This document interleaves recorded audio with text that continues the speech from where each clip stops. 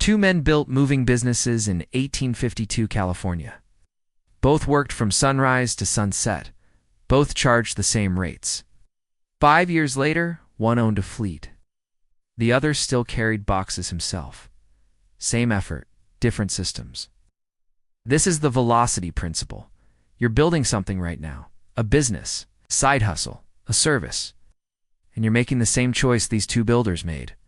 You just don't see it yet. Let me show you what determines whether you scale or stay stuck. This is called the velocity principle. It's not about how much money you make. It's about how fast money moves through your business and comes back multiplied. Most people build businesses where money moves once. Smart builders create systems where money cycles repeatedly. Same revenue, completely different outcome in 5 years. Let me show you two builders who arrived in Sacramento the same week during the gold rush. Both saw the same opportunity. Thousands of people flooding in. Everyone needed belongings moved. Furniture hauled. Supplies transported. Massive demand. Zero competition yet. Meet James. Day one, he prints flyers. Hangs them at the general store. Gets his first client within hours. A family needs their furniture moved across town. James quotes $5. Fair price. He loads the wagon himself. Drives it himself. Loads it himself. Takes 4 hours. Collects $5. Job done. Next day, another client. Same process. Load, drive, unload, collect. $5 again. James is busy, making money, working hard. Month 1, he completes 40 jobs. Earns $200, subtracts wagon rental and expenses. Keeps $140. Good money for 1852. Meet Samuel. Day 1, he also prints flyers. Gets his first client the same day. Same family, same furniture. Same $5 quote. But Samuel does something different. He hires 2 men for $1 each to load and unload, pays a driver $1 to transport. The job costs him $3. He makes $2 profit. James made $5 on that job. Samuel made $2. James laughs. Why would you pay workers when you can do it yourself and keep all $5? Samuel just smiles. Keeps building. Week 2, James completes 10 jobs, makes $50. Samuel completes 10 jobs, makes $20 profit after paying workers. James is winning, or so it seems. But here's what James doesn't see. While he's loading a wagon, Samuel is hanging more flyers. While James is driving across town, Samuel is meeting potential clients. While James is unloading furniture, Samuel is negotiating bulk contracts with merchants who need regular transport. Month 3. James still does everything himself, completes 40 jobs monthly, makes $140 after expenses. He's hit his ceiling. There are only so many hours in a day, only so much one person can move. Samuel now has 4 wagons, 8 workers, 2 drivers per wagon. He completes 120 jobs that month, makes $240 profit. He worked fewer hours than James but earned more. System is starting to cycle. Month 6. James tried to hire help once, paid a worker $1 to load. But James still had to be there, still had to supervise, still had to drive, still had to ensure quality. The helper saved him 30 minutes, but added complexity. He went back to working alone. Simpler that way. Samuel has 6 wagons, 12 workers. He's not touching furniture anymore. He's recruiting workers, training drivers, building process documents. Every wagon follows the same loading sequence. Every route is optimized. Every client interaction is scripted. He's not in the moving business. He's in the system building business. Year 1, James completed 480 jobs, earned $1,680 profit.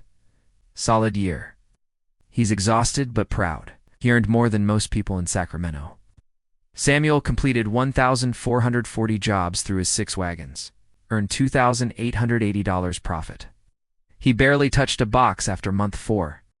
The velocity of money through his system multiplied his effort by 10. Year 3, James is still operating the same way. 1 wagon, solo operation. He's raised his price to $7 per job, completes 500 jobs annually, earns $2,450 profit. He's grown 45% in 3 years. Not bad.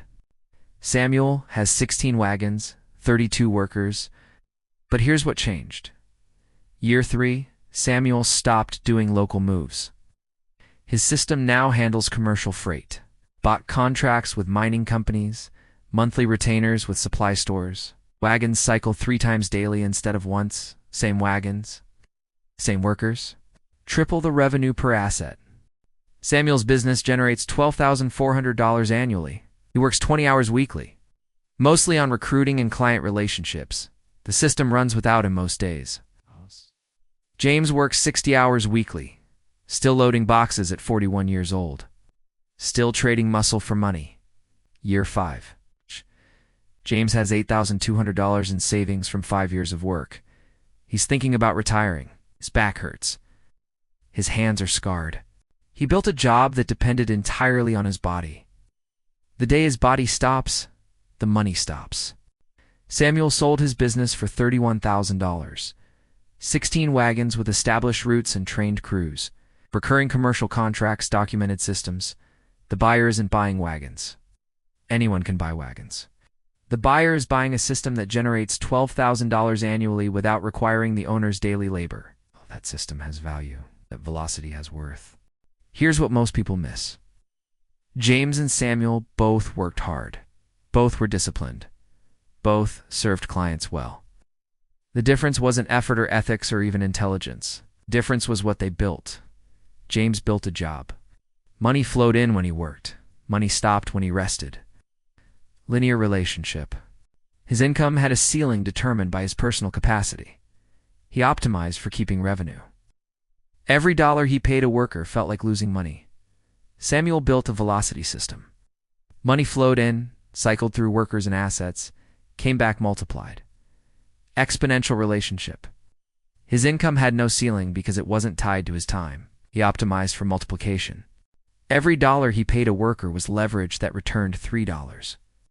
You're making this choice right now in your business. Check what you built last month. Did you complete transactions personally? Or did you build systems that complete transactions without you? Did you trade your time for money? Or did you create structures that multiply money while you sleep? Most people are building like James. They're the best at what they do. The fastest. The most skilled. They can't be replaced because they never built anything replaceable. They created a dependency on themselves. They optimized for short-term control instead of long-term scale.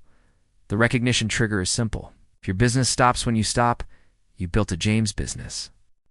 If revenue requires your daily involvement, you built a James business. If you can't take a week off without everything falling apart, you built a James business. You're not building a business. You're building an exhausting job that you can't sell. Your Monday morning protocol starts with this question. What's one thing you did last week that you could document and delegate? Not someday. This week. Pick one repeated task. The thing you do every Tuesday. The process you run every Friday. Client interaction that follows the same pattern. Document it. Just write down every step, every decision point, every quality check. Make it teachable. This is your first system, not your business. Your first system within your business. By Friday, you should have a process document that someone else could follow. Week 2, find someone to execute that process. A contractor, a part-timer, a virtual assistant. Pay them to do it while you oversee. Yes, they'll be slower. Yes, they'll make mistakes. Yes, it feels easier to just do it yourself. Do it anyway. This is how Samuel built velocity while James built a job. Week 3, use the time you freed to build the next system. Document the next repeated task. Create the next process. Hire the next person. This is the velocity cycle. Every freed hour goes into building another system that frees another hour. Month 3, you should have 3 systems running without your direct involvement. Small systems. Imperfect systems. Revenue is starting to cycle through processes instead of through you personally. You're building what Samuel built. Year 1, you'll have 8 to 12 documented systems. Wow. Your business is starting to operate in your absence. Revenue might not be higher yet, but the foundation is different. You're no longer the bottleneck. Money cycles through the system and comes back multiplied. Be honest about what this costs. Samuel made $2 per job when James made $5. Samuel's profit margin was lower every single day for 6 months. That gap feels painful, feels like losing, feels like inefficiency. James watched Samuel pay workers and thought Samuel was doing it wrong. But Samuel wasn't optimizing for today's profit. He was optimizing for velocity. For how fast money could cycle through his system and return multiplied, James optimized for margin. Samuel optimized for multiplication. Same starting capital. Different math. Different outcome. 5 years, 2 builders, 2 approaches. James has savings. Samuel has a sellable system. James built something that depends on him. Samuel built something that works without him. James traded time for money efficiently. Samuel created velocity that multiplied money automatically. You're one of these 2 builders right now. You're either keeping all the revenue and staying small, or you're building systems that multiply revenue beyond your personal capacity. Same effort, same hours, different structure, different decade. The choice isn't whether to work hard. Both builders worked hard. The choice is, what are you building with that hard work? It's a job that needs you, or a system that scales without you. Document one process this week, delegate it next week. Build velocity instead of margin. More frameworks coming.